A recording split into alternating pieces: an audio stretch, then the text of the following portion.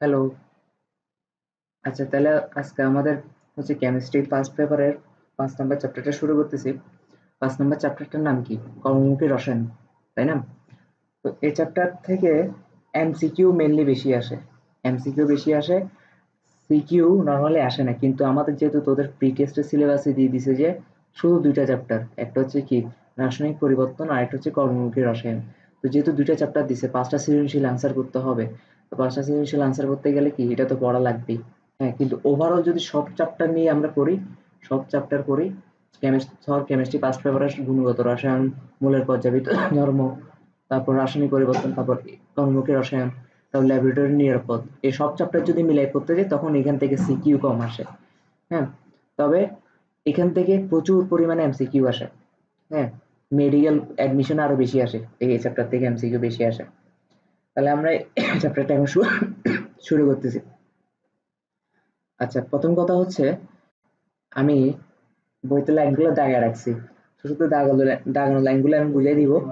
হ্যাঁ, আর এখানে কি বলে কর্মমুখী রসায়ন চ্যাপ্টারের নাম কি? কর্মমুখী রসায়ন, তার মানে চ্যাপ্টারের নাম শুনে বোঝা যাচ্ছে এই চ্যাপ্টারের মেন উদ্দেশ্য কি? রসায়নকে কাজে লাগাইতে হবে, তাই না? রসায়নকে কাজে লাগাই খাদ্যবস্তু নিরাপদ রক্ষা করা। হ্যাঁ, খাদ্য নিরাপদ রক্ষা করে। এই যে কেমিস্ট্রি শিখতেছো, এই কেমিস্ট্রি শিখে কি করবি জীবনে যদি কাজে লাগাইতে না পারো? এই কাজে লাগানোটাই হচ্ছে কর্মমুখী রসায়ন। তো এই চ্যাপ্টারের প্রথম ১ থেকে ১৫ পৃষ্ঠা একটু বেশি পড়াই, এরপর থেকে সহজ হয়ে যায়। হ্যাঁ, আমি আজকে প্রথম ১০ পৃষ্ঠা পড়াবো, এরপর আস্তে আস্তে পড়া কমতে থাকবে। হুম। আচ্ছা, প্রথম এই চ্যাপ্টারে প্রথম পড়া হচ্ছে খাদ্য নিরাপত্তা ও রসায়ন। হ্যাঁ, খাদ্যকে ২ ভাগে ভাগ করা যায়। খাদ্যকে ২ ভাগে ভাগ করা যায়। একটা হচ্ছে উদ্ভিদ খাদ্য, আরেকটা হচ্ছে প্রাণীজ খাদ্য। উদ্ভিদ খাদ্য কোনগুলো? উদ্ভিদ খাদ্যগুলো হচ্ছে যে খাদ্যগুলো আমরা উদ্ভিদ থেকে পাই, যেমন ফল এগুলো আরকি। আর প্রাণীজ খাদ্য হচ্ছে যেমন দুধ, দুধ পাচ্ছি কোত্থেকে? গরু থেকে। গরু কি একটা প্রাণী? হুম। আর খাদ্য নিরাপত্তা ব্যবস্থায় রসায়নের ভূমিকা অপরিসীম। এই যে খাদ্য যেগুলো আমরা পাচ্ছি, এগুলো তো নিরাপত্তা একটা ব্যাপার আছে, নিরাপত্তার একটা ব্যাপার আছে। খাদ্যগুলোকে রক্ষা করতে হবে, ঠিক না? বিভিন্ন কেমিক্যাল মিশিয়ে খাদ্যগুলোকে অনেকদিন ধরে রক্ষা করতে হবে। খাদ্যের গুণগত মান বৃদ্ধি করতে হবে। এগুলা রক্ষা করার জন্য রসায়নের ভূমিকা অপরিসীম। প্রথম কথা হচ্ছে খাদ্য নিরাপত্তা।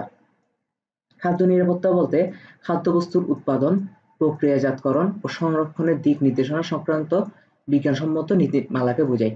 তাহলে এই সংজ্ঞাটা কোথায় আসবে? এই সংজ্ঞাটা হচ্ছে সৃজনশীলের হতে আসবে, মাস্ট জ্ঞানমূলকে আসবে যে খাদ্য নিরাপত্তা বলতে কি বুঝো, বা খাদ্য নিরাপত্তা কাকে বলে।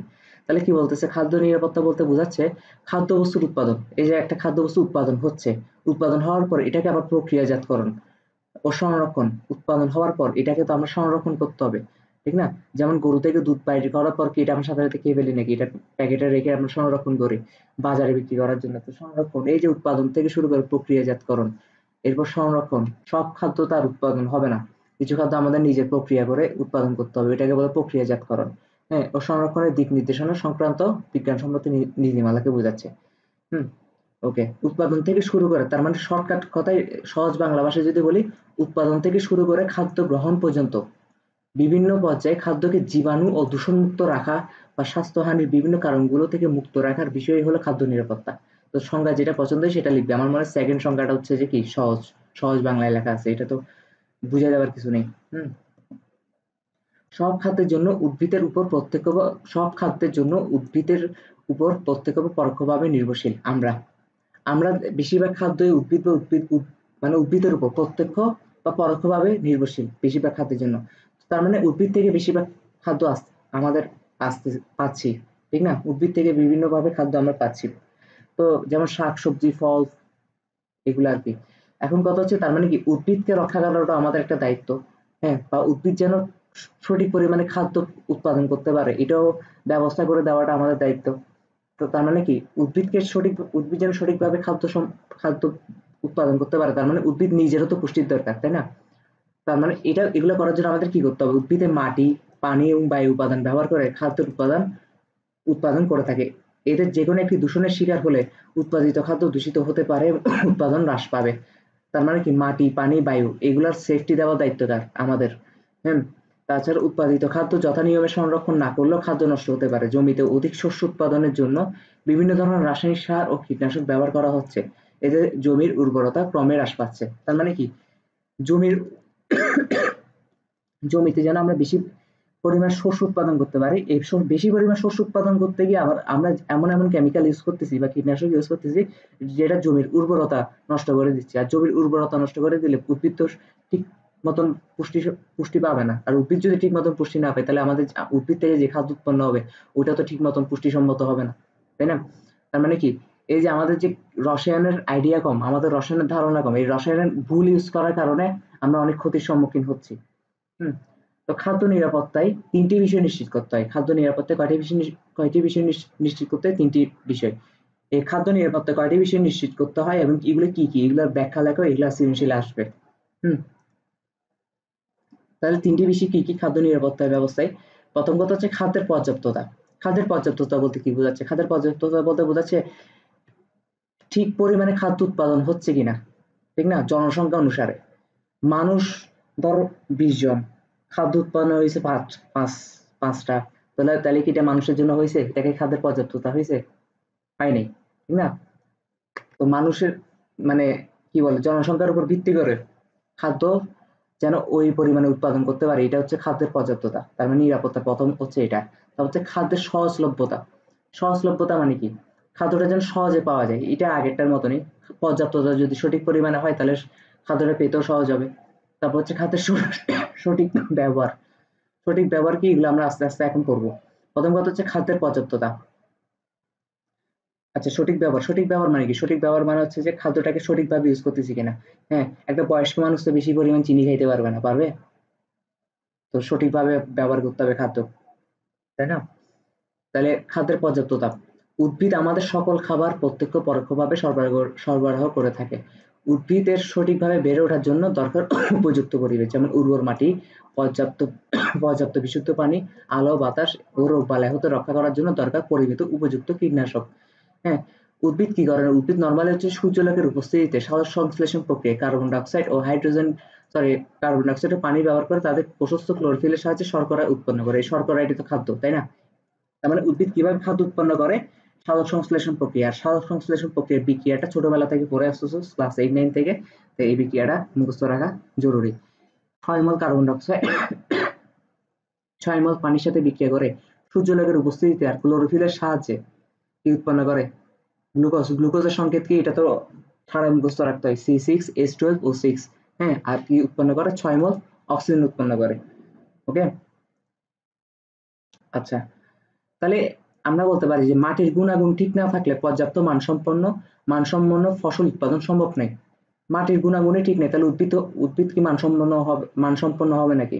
অবশ্যই না, তাই না? আর উদ্ভিদ যদি মানসম্পন্ন না হয় তাহলে উদ্ভিদ থেকে যে খাদ্যগুলো পাচ্ছে ওগুলো মানসম্পন্ন হবে না। হ্যাঁ, যেমন মাটির পিএইচ কমে গেলে সেখানে উপকারী অণুজীব বাঁচতে পারে না। এবং ফসলের উৎপাদন ব্যাপকভাবে হ্রাস পায়। সব অণুজীব মানে কি, ব্যাকটেরিয়া, ভাইরাস, এগুলা ব্যাকটেরিয়া, ভাইরাস, মোল্ড, ইস্ট, এগুলো হচ্ছে অণুজীব। অণুজীব বলতে আমাদের মাইন্ডে নর্মালি যেটা ঢুকে যায় অণুজীব মানে ক্ষতি করে, কিন্তু সব অণুজীব তার ক্ষতি করে না, কিছু অণুজীব উপকারী অণুজীব আছে, ঠিক আছে? তো কিন্তু এখন মাটির পিএইচ যদি কমে যায়, পিএইচ কমে যাওয়া মানে কি, মাটিটা অ্যাসিডিটি হয়ে যাওয়া, অ্যাসিডিটি বেড়ে যাওয়া, ঠিক না? আমরা কি জানি? আমরা জানি যে পিএইচ পিএইচ হচ্ছে কি, পিএইচ যদি ৭-এর নিচে নামে এটা অ্যাসিড হইতে থাকে, তাই না? আর ৭-এর উপর উঠতে থাকলে এটা কি হইতে থাকে? ক্ষার হইতে থাকে। ক্ষার মানে কি, বেস হইতে থাকে। তো যখন পিএইচ কমে যাচ্ছে মানে কি, ৭ থেকে কমে যাচ্ছে, তাই না? এটা অ্যাসিড হয়ে যাচ্ছে, তার মানে মাটিটা অ্যাসিড পরিবেশ সৃষ্টি করতেছে।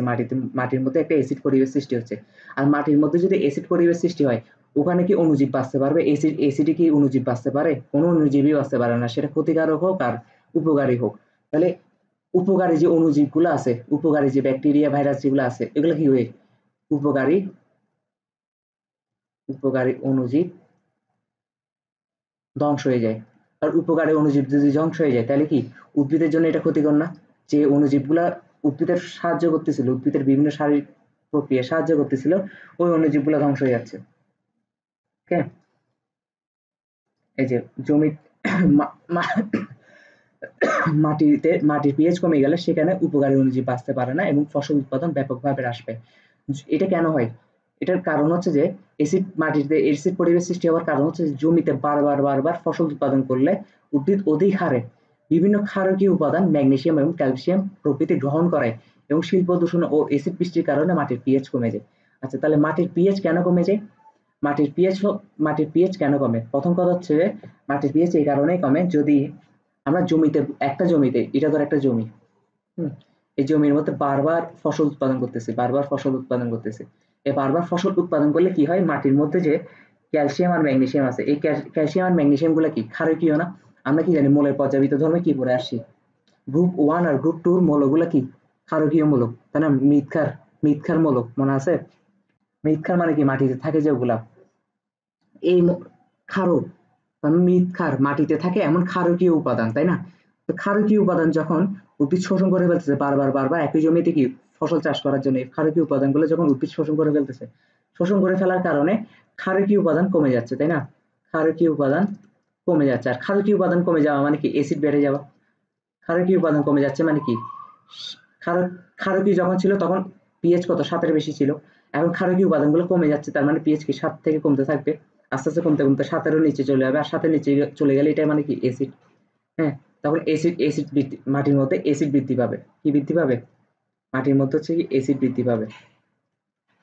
আর মাটির মধ্যে এসিড বৃদ্ধি পালে এখানে যে উপকারী যে অণুজীবগুলো আছে ওগুলো ধ্বংস হয়ে যাবে। ওকে, তার মানে মাটিতে পিএইচ কমার কয়েকটা কারণ আমরা দেখতে পাচ্ছি। তারপর হচ্ছে মাটির পিএইচ নির্ণয় করে উপযুক্ত রাসায়নিক সার যেমন ক্যালসিয়াম অক্সাইড বা ক্যালসিয়াম কার্বাইড ব্যবহার করে মাটির পিএইচ বৃদ্ধি করে মাটির উর্বরতা ফিরিয়ে আনা হয়। তার মানে কি, এটাই এমসিকিউর জন্য খুব ইম্পর্টেন্ট। এমসিকিউর জন্য কেন ইম্পর্টেন্ট? তার মানে কি বলতেছে, মাটির পিএইচ কমে যাচ্ছে, মাটির মধ্যে এসিড পরিবেশ সৃষ্টি হচ্ছে, উপকারী ব্যাকটেরিয়াগুলা বা উপকারী যে অণুজীবগুলো আছে এগুলো মরে যাচ্ছে। তার মানে এটাকে প্রতিরোধ করতে গেলে আমাদের কি করা লাগবে? আমরা প্রতিরোধ করার জন্য কি ইউজ করতে পারি? ক্যালসিয়াম অক্সাইড ইউজ করতে পারি, বা ক্যালসিয়াম কার্বাইড বলতেছি, ক্যালসিয়াম কার্বনেট ইউজ করতে পারি। এই ক্যালসিয়াম কার্বনেট বা হচ্ছে ক্যালসিয়াম অক্সাইড ইউজ করলে মাটির পিএইচ কি হবে, আবার বৃদ্ধি হতে থাকবে। মাটির পিএইচ বৃদ্ধি হতে থাকলে মাটিটা আবার ক্ষারকীয় হইতে শুরু করবে, আস্তে আবার উর্বরতা ফিরিয়ে আনা যায়। আবার যে কোনো কারণে মাটি ক্ষারকীয় হলে বিভিন্ন রাসায়নিক সার যেমন urea, TSP, sodium nitrate, ammonium nitrate, DAP, SP প্রভৃতি ব্যবহার করে মাটির উর্বরতা উদ্ধার করা হয়। হ্যাঁ, এখন কথা হচ্ছে মাটি যদি বেশি ক্ষারকীয় হয়ে যায় তাহলে ক্ষারের উপাদানটা একটু কমাইতে হবে না? তো ক্ষারের উপাদান কমানোর জন্য কি ইউজ করা হয়? ইউরিয়া ইউজ করা হয়, টিএসপি ইউজ করা হয়, সোডিয়াম নাইট্রেট ইউজ করা হয়, অ্যামোনিয়াম নাইট্রেট ইউজ করা হয়, ডিএপি ইউজ করা হয়, এসপি ইউজ করা হয়। এগুলো হচ্ছে বেশি ক্ষারকীয় হয়ে গেলে ক্ষারের ইয়াটা কমানোর জন্য, ঠিক আছে? ক্ষারের মাত্রাটা কমানোর জন্য। আর ক্ষার কমে গেলে ক্ষারের মাত্রাটা বাড়াবার জন্য কাকে ইউজ করা হয় মাটিতে? ক্যালসিয়াম অক্সাইড আর ক্যালসিয়াম কার্বনেট ইউজ করা হয়। আশা করি বুঝতে পারছি। হুম, তো এগুলো এমসিকিউর জন্য বেশি ইম্পর্টেন্ট। তাহলে এটা হচ্ছে খাদ্যের পর্যাপ্ততা। কারণ আমরা যদি মাটির গুণাগুণ মান রক্ষা করতে পারি, মাটির গুণাগুণ মান রক্ষা করলে উদ্ভিদ বেশি পরিমাণে চাষ করতে পারবো, ঠিক না?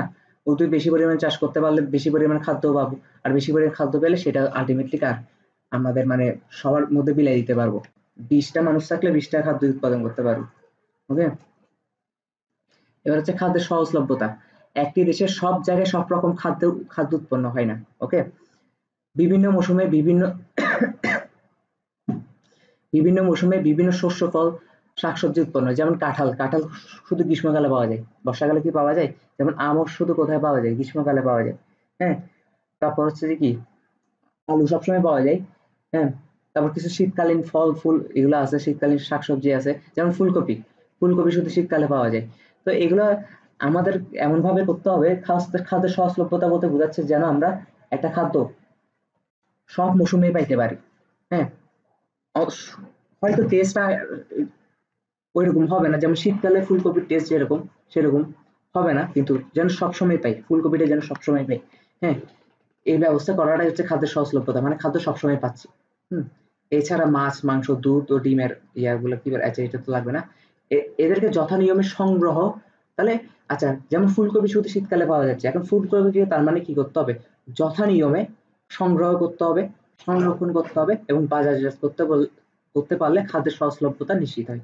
ওকে, তার মানে সঠিকভাবে বা যথা নিয়মে সংগ্রহ করতে হবে, সংরক্ষণ করে রাখতে হবে, বাজারজাত করতে পারলে খাদ্যের সহজলভ্যতা নিশ্চিত হবে।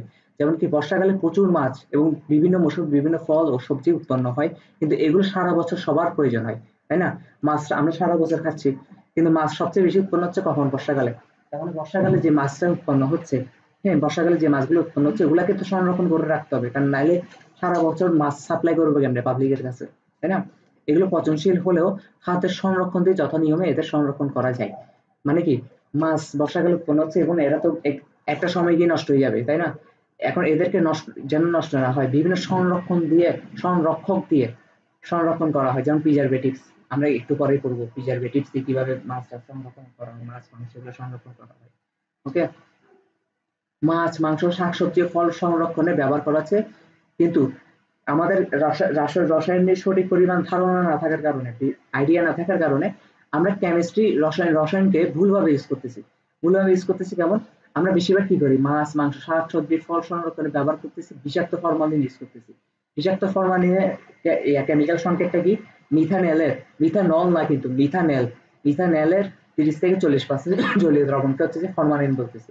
হ্যাঁ, আচ্ছা যাই হোক, এই বিষাক্ত ফরমালিনটা ইউজ করতেছি, তারপর হচ্ছে যে তার মানে কি, মাছ মাংস শাক সবজি ফল সংরক্ষণের জন্য আমরা অন্য সংরক্ষক চাইলে ইউজ করতে পারতাম, অন্য প্রিজারভেটিভ ইউজ করতে পারতাম, কিন্তু আমরা ইউজ করতেছি কোনটা? আমরা ইউজ করতেছি যেগুলো ক্ষতিকারক, যেমন ফরমালিন, বিষাক্ত ফরমালিন ইউজ করতেছি। এছাড়া বিভিন্ন ফল পাকাবার জন্য, হ্যাঁ, যেমন আম টাম পেকে যায় না, কেন পেকে যায়? মানে ওরা ন্যাচারালি পাকার থেকে আমরা ইচ্ছা করে তাদেরকে তাড়াতাড়ি পাকাই দিচ্ছি যেন বাজারে বিক্রি করতে পারি।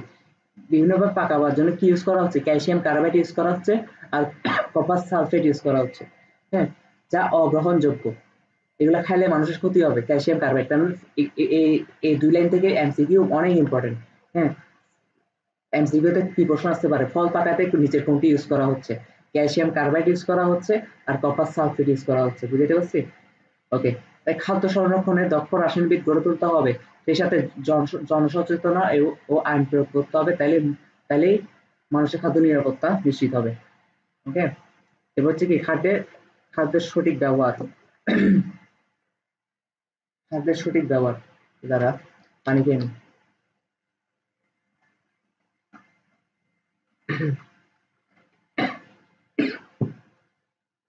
আচ্ছা,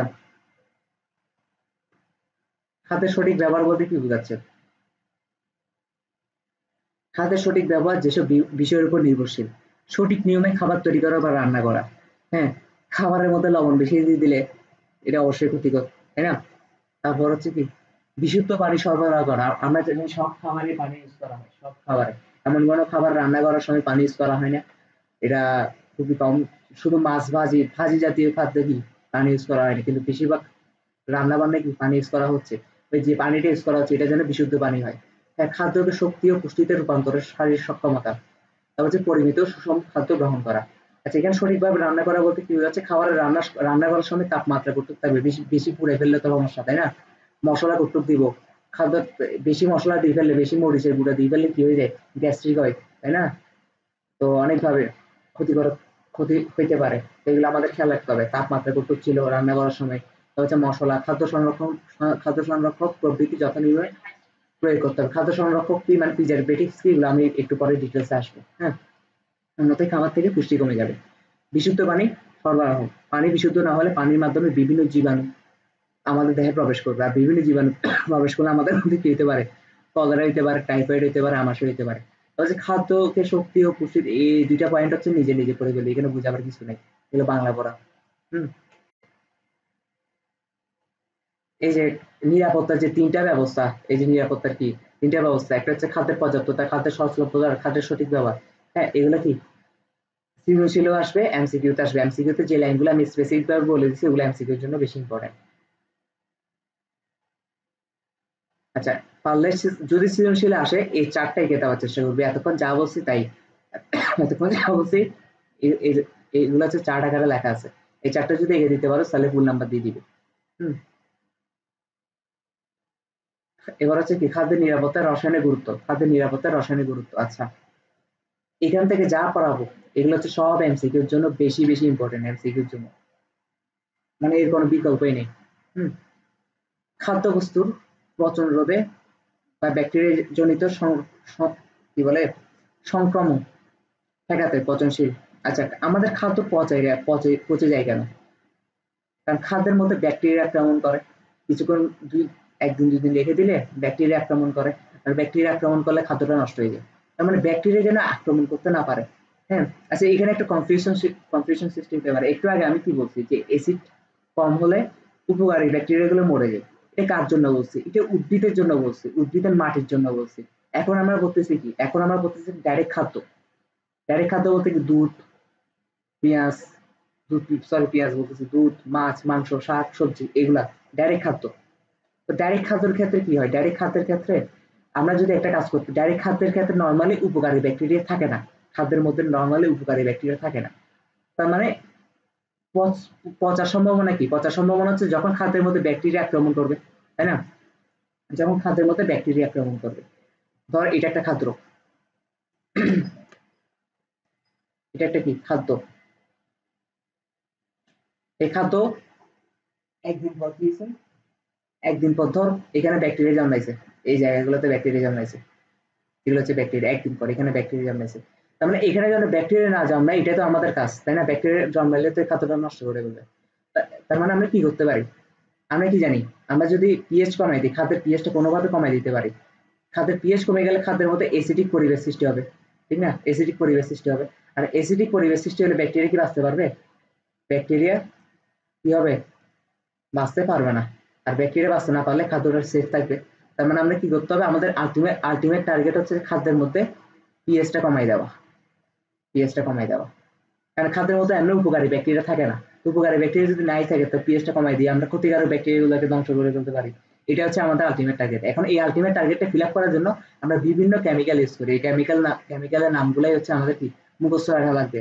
এমসিকিউর জন্য আসবে, সিকিউর জন্য ইম্পর্টেন্ট না, বাট এমসিকিউর জন্য বেশি ইম্পর্টেন্ট। বা সিকিউ তো আসতে পারে, যেহেতু তোদের প্রশ্ন কম, চ্যাপ্টার দিছে দুইটা, তো দুইটা চ্যাপ্টার দিলে এখান থেকে তো প্রশ্ন করবে। তার মানে কি খাদ্যবস্তুর পচন রোধে ব্যাকটেরিয়া জনিত সংক্রমণ ঠেকাইতে, হ্যাঁ, খাদ্যকে আমরা শুষ্ক স্থানে রাখতে পারি। শুষ্ক মানে কি? ঠান্ডা, ঠিক আছে?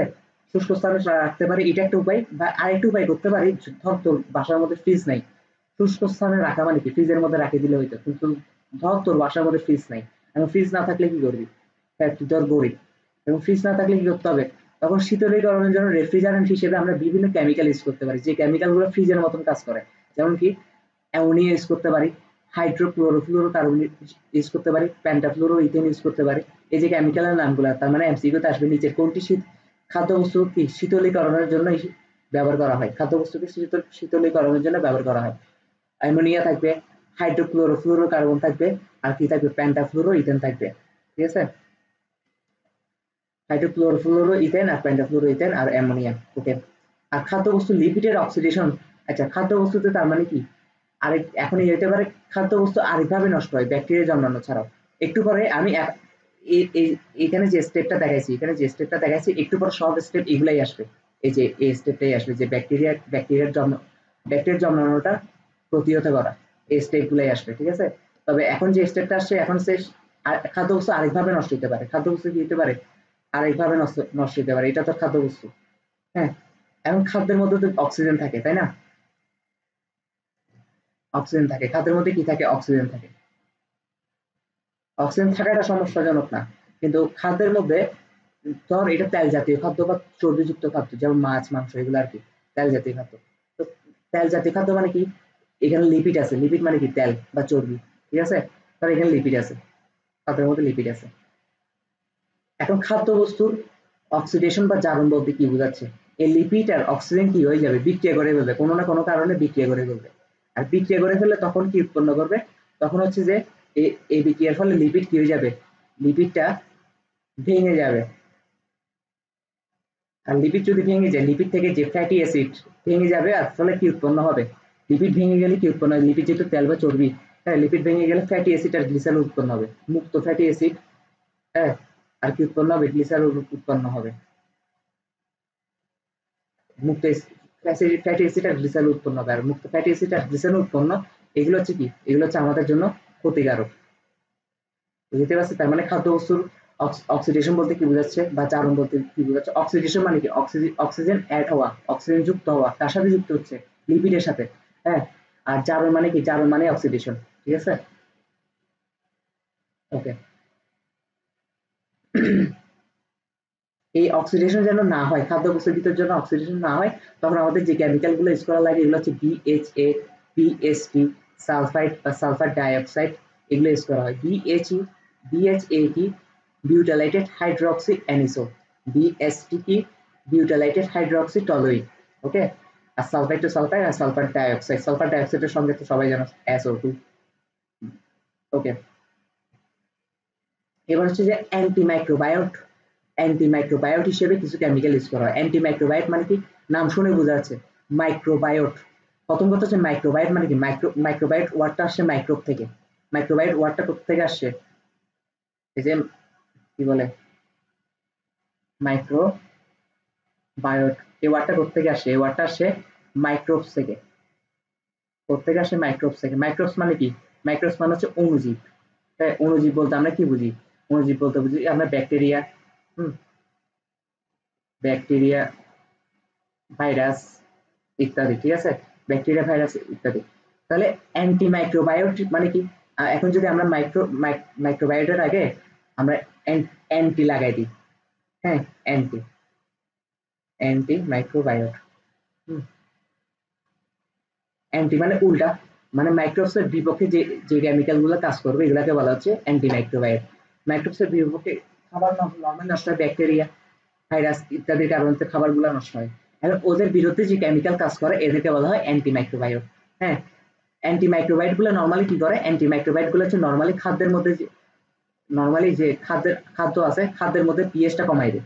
খাদ্যের যে পিএইচটা কমাই দেয় ফলে অ্যাসিডিক পরিবেশ সৃষ্টি হয়। আর অ্যাসিডিক পরিবেশ সৃষ্টি হলে ব্যাকটেরিয়া জন্মাইতে পারে না, কোনো অণুজীব জন্মাইতে পারে না। এগুলো হচ্ছে অ্যান্টিমাইক্রোবায়োটের কাজ। হুম। এই কয়েকটা অ্যান্টিমাইক্রোবায়োটের নাম কি? এগুলো এমসিকিউর জন্য বেশি ইম্পর্টেন্ট। সোডিয়াম নাইট্রেট, NO3 থাকলে এটা নাইট্রেট, আর NO2 থাকলে এটা nitrite. Sodium nitrate, sodium nitrite খাদ্যবস্তুর অতিরিক্ত অক্সিজেনকে শোষণ করে অণুজীবের আক্রমণ রোধ করে। ওকে। অতিরিক্ত অক্সিজেনকে শোষণ করে এটাও বলতে পারো, পিএইচ কমাই দেয়, এটা বললেও কোনো ক্ষতি নেই। ঠিক আছে? ওরা পিএইচও কমাই দেয়। আবার বইতে কি লিখছে? বইতে লিখছে খাদ্যবস্তুর মধ্যে যে অতিরিক্ত অক্সিজেন আছে, বেশি অক্সিজেন থাকলেও সমস্যা, কারণ অণুজীব তো অক্সিজেনের কারণে বেঁচে থাকে, তাই না?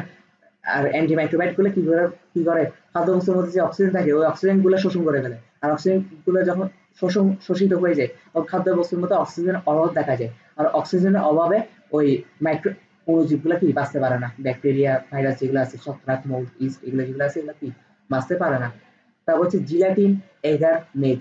এই কেমিক্যাল গুলো কোথায় ইউজ করা হয়? নর্মালি জ্যাম বা জেলি আছে না, আমরা পাউরুটির সাথে জেলি মিশে না বা জ্যাম মিশে না, এগুলোতে ইউজ করা হয়। এগুলো রক্ষা করার জন্য নর্মালি কি ইউজ করা হয়? জিলাটিন, এগার, মেজ। এই যে বলা আছে খাদ্যবস্তুকে কঠিন বা জেলিতে পরিণত করে তার স্বাস্থ্যসম্মত দীর্ঘস্থায়িত পারে। ঠিক আছে? দীর্ঘস্থায়িত পারে। আচ্ছা, তারপর কি বলতেছে বাসায় কিন্তু, আচ্ছা, কিছু অণুজীব তো আছে খাদ্যের মধ্যে নর্মালি কোনো উপকারী ব্যাকটেরিয়া থাকে না। উপকারী ব্যাকটেরিয়া থাকে কিন্তু থাকতেও তো পারে। কিছু কিছু খাদ্য থাকতে পারে যে ব্যাকটেরিয়া উপকারী ব্যাকটেরিয়া খাদ্যের মধ্যে থাকে, ওই ব্যাকটেরিয়া গুলার একটা নাম আছে। ওই ব্যাকটেরিয়া গুলাকে বলা হয় প্রোবায়োটিক্স। ওই ব্যাকটেরিয়া গুলাকে কি বলা হয়? প্রোবায়োটিক্স। শুধু ব্যাকটেরিয়া হইতে হবে এমন না, ছত্রাক হইতে পারে, কিছু উপকারী ছত্রাক আছে, ঠিক না? যেমন ইস্ট। ইস্ট অনেক খাদ্যের জন্য উপকারী, আবার অনেক খাদ্যের জন্য জীবন হিসেবে কাজ করে। তো কিছু কিছু খাদ্যের যে উপকারী হিসেবে কাজ করতেছে এদেরকে কি বলা হচ্ছে? প্রোবায়োটিক্স। যে অণুজীবগুলা খাদ্যের মধ্যে উপকারী হিসেবে কাজ করতেছে, কিন্তু খাদ্যের মধ্যে না, আমাদের শরীরের মধ্যেও কিছু ইয়ে আছে, কিছু ব্যাকটেরিয়া আছে, যেমন গাট ব্যাকটেরিয়া। হ্যাঁ, গাট ব্যাকটেরিয়া অন্ত্রের মধ্যে পাওয়া যায়। এই ব্যাকটেরিয়া গুলো কি উপকারী ব্যাকটেরিয়া। তো এই উপকারী ব্যাকটেরিয়া গুলো কি করে? এই উপকারী ব্যাকটেরিয়া গুলোকে প্রোবায়োটিক্স বলে। এটা শুধু খাদ্যের জন্য না, আমাদের মধ্যে যেগুলো আছে এগুলো। হ্যাঁ, তারপর কিছু রাসায়নিক বিশ্লেষণে বায়ু অণু আছে। বায়ু অণু মানে কি? জীবন্ত প্রাণী থেকে কিছু সৃষ্ট, জীবন্ত প্রাণী মানে যার জীবন আছে, জীবন্ত প্রাণী থেকে সৃষ্ট কিছু উপকারী অণু। হ্যাঁ, যেগুলো সংরক্ষণ করে আমরা খাদ্যবস্তু সংরক্ষণ করতে পারি। যেমন এগুলো কি বায়ু অণুর মধ্যে পড়তেছে কাইটোসান। কাইটোসান খাদ্যবস্তুর স্বাদ, গন্ধ ইত্যাদি অনেকদিন অক্ষুণ্ণ রাখে। স্বাদ, গন্ধ ইত্যাদি কি অনেকদিন অক্ষুণ্ণ রাখে। ওকে, যেগুলো দাগাই দিয়েছি এগুলো করলে এনাফ। এখন হচ্ছে খাদ্য, তো আমরা কি বলছিলাম প্রিজারভেটিভস নিয়ে আমরা পরে করবো বলছিলাম না একটু। এখন হচ্ছে প্রিজারভেটিভস নিয়ে পড়বো। প্রিজারভেটিভস মানে কি? প্রিজারভেটিভস মানে হচ্ছে কিছু কেমিক্যাল যেগুলো খাদ্যের মধ্যে ইউজ করে আমরা খাদ্যকে অনেক দিন ধরে সংরক্ষণ করতে পারি। ওকে, খাদ্যদ্রব্য খাদ্য খাদ্যদ্রব্য কাঁচা হোক বা রান্না করা হোক, হুম, খাদ্যদ্রব্য কাঁচা হোক বা রান্না করা হোক, খাদ্য নষ্ট হওয়ার মূল কারণ তিনটি। খাদ্য নষ্ট হওয়ার মূল কারণ কি? তিনটি। তার মানে খাদ্য নষ্ট হয় কয়টা কারণে? তিনটা কারণে। একটা হচ্ছে যে জীবাণু বা অণুজীব, বিশেষ করে ব্যাকটেরিয়া, মোল্ড, ইস্ট, ছত্রাক ইত্যাদি দ্বারা পচন। এরা কি করে? খাদ্যকে পচায় ফেলে। এটা একটা রিজন হতে পারে খাদ্য নষ্ট হওয়ার কারণ। আরেকটা কি হতে পারে? এনজাইমের প্রভাবে বায়ুর অক্সিজেন দ্বারা জারণ বা বীজাণু। ওই যে খাদ্যবস্তুর অক্সিডেশন। অক্সিডেশন মানে কি? অক্সিজেনের সাথে বিক্রিয়া করে ফেলা। খাদ্যের মধ্যে যে লিপিড বা তেল জাতীয় জিনিস আছে এগুলো খাদ্যের মধ্যে থাকা অক্সিজেনের সাথে বিক্রিয়া করে ফেলে বিভিন্ন এনজাইমের কারণে। হ্যাঁ, বিক্রিয়া করে ফেলে তখন কি হয়ে যায়? লিপিডটা ভেঙে ফ্যাটি অ্যাসিড আর গ্লিসারল হয়ে যায়। আর ফ্যাটি অ্যাসিড গ্লিসারল মুক্তভাবে খেলে এটা আমাদের জন্য ক্ষতিকর। হুম, আর কিছু ধাতব আয়ন আছে। ধাতব আয়ন কি বলতে কি বলছে? Sodium plus magnesium plus calcium 2 plus magnesium 2 plus aluminium 3 plus, এগুলো হচ্ছে ধাতব আয়নের প্রভাবে তেল বা চর্বিযুক্ত খাদ্যবস্তুর জারণ বিয়োজনের কারণে। তার মানে তিনটা রিজনের মধ্যে দুইটা রিজনে কি খাদ্যবস্তুর জারণ প্রক্রিয়া, তাই না? দুইটা রিজনে হচ্ছে খাদ্যবস্তুর জারণ প্রক্রিয়া। একটা প্রক্রিয়াতে দেখা যাচ্ছে যে এনজাইমের প্রভাব হয়, আরেকটা প্রক্রিয়াতে দেখা যাচ্ছে খাদ্যবস্তুর জারণটা হচ্ছে ধাতব আয়নের প্রভাব হয়। আরেকটা হচ্ছে কি জীবাণু দ্বারা খাদ্যবস্তুর পচন হওয়া। জীবাণু বলতে ব্যাকটেরিয়া, মোল্ড, ইস্ট আর ছত্রাককে বোঝাচ্ছে। হ্যাঁ, সাধারণত 30 থেকে 35 ডিগ্রি সেলসিয়াস তাপমাত্রায় 30 থেকে 35 বলতে সরি 30 থেকে 45 ডিগ্রি সেলসিয়াস তাপমাত্রায় খাদ্যদ্রব্যের পানির উপস্থিতি। খাদ্যদ্রব্যের মধ্যে পানি তো থাকে। মাংসের মধ্যে পানি পাওয়া যায় না? মাংসকে একটু টিপ দিলে তো পানি বের হবে। হ্যাঁ, কিছু মুক্ত পানি থাকে। খাদ্যদ্রব্য পানির উপস্থিতিতে ব্যাকটেরিয়া ছত্রাকের বৃদ্ধির অনুকূল পরিবেশ সৃষ্টি করে। তার মানে ব্যাকটেরিয়া নরমালি সৃষ্টি হয় কখন? নরমালি সৃষ্টি হয়। তার মানে এটা না যে স্পেসিফিক ভাবে এটাতে সৃষ্টি হবে, এই তাপমাত্রাতে সৃষ্টি হবে এমন না। হ্যাঁ, বাট নরমালি গড়ে আমরা যদি একটা গড় আইডিয়া নিই তখন দেখা যাবে যে 30 থেকে 35 ডিগ্রি সেলসিয়াস তাপমাত্রার কারণে ব্যাকটেরিয়াগুলো খাদ্যের মধ্যে সৃষ্টি হচ্ছে। কারণ খাদ্যের মধ্যে যে মুক্ত পানিগুলো আছে, পানির কারণে ব্যাকটেরিয়া বা ছত্রাক সৃষ্টি হচ্ছে। তো সৃষ্টি না হওয়ার কারণে খাদ্যদ্রব্যকে আমরা যদি সংরক্ষণ করতে চাই তাহলে আমাদের কি ইউজ করতে হবে? প্রিজারভেটিভস ইউজ করতে হবে। এখন কথা হচ্ছে প্রিজারভেটিভস কি? প্রিজারভেটিভস হচ্ছে এমন কিছু পদার্থ যেসব পদার্থ খাদ্যের সাথে পরিমিত পরিমাণে মিশাইতে হবে। বেশি বেশি মিশাইলে সমস্যা, কম মিশাইলে সমস্যা।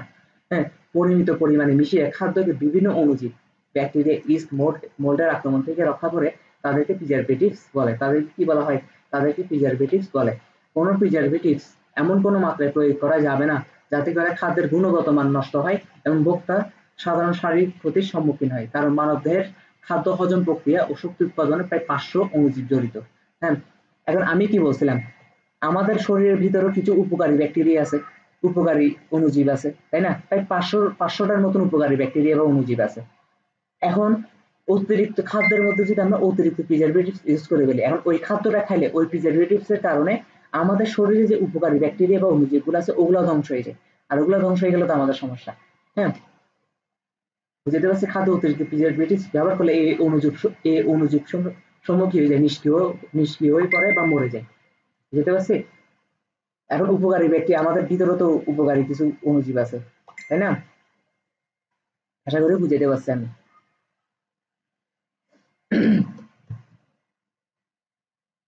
তার মানে কি পরিমিত পরিমাণে ইউজ করতে হবে। এখন প্রিজারভেটিভস কে নরমালি দুই ভাগে ভাগ করা যায়। প্রিজারভেটিভস কে নরমালি কয় ভাগে ভাগ করা যায়? দুই ভাগে ভাগ করা যায়। একটা হচ্ছে কি natural preservatives, natural food preservatives. হ্যাঁ, ন্যাচারাল প্রিজারভেটিভস, আর একটা হচ্ছে কেমিক্যাল প্রিজারভেটিভস। ন্যাচারাল প্রিজারভেটিভস মানে কি প্রাকৃতিক খাদ্য সংরক্ষণ, আর কৃত্রিম বা আরেকটা হচ্ছে কৃত্রিম বা রাসায়নিক প্রিজারভেটিভস। আর দুইটা পার্থক্য কি? মেইন পার্থক্য হচ্ছে প্রাকৃতিক খাদ্য প্রিজারভেটিভস মানে হচ্ছে যে যে প্রিজারভেটিভস গুলো প্রাকৃতিক ভাবে আমরা নরমালি পাই, এটা আমাদের তৈরি করা লাগে না, ঠিক আছে? আর কৃত্রিম বা রাসায়নিক প্রিজারভেটিভস গুলো কি? এগুলো হচ্ছে আমরা তৈরি করি, কেমিক্যালি তৈরি করি, ঠিক আছে? এখন তার মানে প্রথম এখান থেকে মোস্ট ইম্পর্টেন্ট পড়ে প্রাকৃতিক খাদ্য সংরক্ষক, বেশি বেশি ইম্পর্টেন্ট, প্রিজারভেটিভস নিয়ে প্রশ্ন আসবে। হ্যাঁ, প্রাকৃতিক খাদ্য সংরক্ষক। আচ্ছা, প্রাকৃতিক উৎস থেকে প্রাপ্ত, তার মানে কি যে পদার্থগুলো প্রাকৃতিক উৎস থেকে প্রাপ্ত ওই ধরনের প্রিজারভেটিভস গুলাকে কি বলা হচ্ছে? প্রাকৃতিক খাদ্য সংরক্ষক। কয়েকটা এক্সাম্পল লাগবে, কয়েকটা এক্সাম্পল তাহলে বলতে পারি আমরা। যেমন হচ্ছে প্রচলিত প্রাকৃতিক খাদ্য সংরক্ষক হলো লবণ, চিনি, সরিষার তেল। হ্যাঁ, এগুলোকে আমরা তৈরি করি। তারপর হলুদের গুঁড়া, মধু, অ্যালকোহল, ভিনেগার, এগুলোকে আমরা তৈরি করি? এগুলো আমরা তৈরি করি, এগুলো প্রকৃতিতে অটোমেটিক পাওয়া যায়। লবণও পাওয়া যাচ্ছে, চিনি পাওয়া যাচ্ছে, সরিষার তেল পাওয়া যাচ্ছে, হলুদ পাওয়া যাচ্ছে, মধু পাওয়া যাচ্ছে, অ্যালকোহল, এগুলো দিয়ে কিন্তু খাদ্য সংরক্ষণ করা যায়। হ্যাঁ, যেমন মাংস মাছ সংরক্ষণ করার জন্য আমরা যদি ফ্রিজ টিজ না থাকে আমরা কি করি, এই লবণ বা চিনি মিশিয়ে রাখি। লবণ বা চিনি মিশিয়ে রাখলে এটা বেশিক্ষণ, ধরুন মাছ আর মাংসটা নর্মালি 3 দিন নষ্ট হয়ে যাওয়ার কথা, এখন লবণ বা চিনি মিশিয়ে দেওয়ার কারণে এটা মিনিমাম 15 দিনের আগে নষ্ট হয় না। এটা একটা এক্সাম্পল দিলাম। হ্যাঁ, এগুলো বাড়িতে জ্যাম, জেলি, আচার, সস, জুস প্রভৃতি সংরক্ষণ হিসেবে ব্যবহার করি। এগুলো নরমালি কোথায় ইউজ করা হয়, এই জিনিসগুলো আসলে মুখস্থ করার কিছু নেই, এগুলো একবার রিডিং করে দিই। যেমন জ্যাম, জেলি, আচার, সস এগুলো ইউজ করা, এগুলো একটু পর দেখবি যে বারবার এগুলো আসতেছে, সেম জিনিস জ্যাম, জেলি, আচার, সস, মাছ, মাংস এগুলো আসতেছে, এগুলো আন্তর্জালিকে দিবে, কারণ সবগুলো করতে গেলে চাপ প্রেশার করবে। হ্যাঁ, প্রাকৃতিকভাবে আমরা আর কিভাবে খাদ্য সংরক্ষণ করতে পারি, আমরা তাপ প্রয়োগ করতে পারি। হ্যাঁ, যেমন আমরা তাপ প্রয়োগ করবো ব্যাকটেরিয়া, আমরা নর্মালি দুধ খাওয়ার আগে দুধটা কি গরম করে নিই না, যে কোনো খাবার আগে। হ্যাঁ, যেমন সকালে রান্না বান্না হয়েছে, তো এটা যখন রাতে খাইতে যাবো, এই রান্না বান্না কিন্তু আমরা সন্ধ্যার দিকে আবার গরম করে নিই। কেন গরম করে নিই? যাতে ব্যাকটেরিয়া জন্মাইতে না পারে, অতিরিক্ত তাপমাত্রায় তার ব্যাকটেরিয়া জন্মাইতে পারবে না। হ্যাঁ, তার মানে তাপ প্রয়োগ করেও আমরা কি করতে পারি, এটা এটা একটা প্রাকৃতিক খাদ্য সংরক্ষণের মধ্যে পড়ে, কারণ তাপকে আমরা তৈরি করতেছি নাকি, তাই না? তাও ধোঁয়া প্রদান, ধোঁয়া প্রদান মানে কি, ধোঁয়া দিয়ে, গরম গরম ধোঁয়া দিয়েও জীবাণু ধ্বংস করে ফেলা যাচ্ছে। কিন্তু সল্টিং, সল্টিং মানে কি, লবণ দিয়ে আর কি। সল্টিং প্রাকৃতিকভাবে খাদ্য সংরক্ষণ কৌশল বিবেচনা করে থাকে। লবণ ও চিনি সবচেয়ে পুরাতন খাদ্য সংরক্ষক হিসেবে পরিচিত, লবণ ও চিনি। হ্যাঁ, মাছ এবং মাংস সংরক্ষণে লবণ এখনো ব্যাপকভাবে ব্যবহৃত হচ্ছে। এটা বেশিরভাগ দাঁড়াইছে কেন, এই যে লবণ ব্যবহার করে খাদ্য সংরক্ষণ করা হচ্ছে, এই প্রক্রিয়াটাকে কি বলা হয় জানো? এই প্রক্রিয়াটাকে বলা হয় কিউরিং। তাহলে কিউরিং কাকে বলে এটা আসবে। হ্যাঁ, কিউরিং এর সংজ্ঞা অবশ্যই একটু পরে আবার সুন্দরভাবে দেওয়া আছে কিউরিং সংজ্ঞাটা, বাট এখন আপাতত একটা আইডিয়া নিয়ে রাখ। মানে লবণ আর চিনি দিয়ে, শুধু লবণ না, লবণ আর চিনি দিয়ে যে খাদ্য সংরক্ষণের যে প্রক্রিয়াটা, এই প্রক্রিয়াটাকে বলা হচ্ছে কিউরিং। ওকে,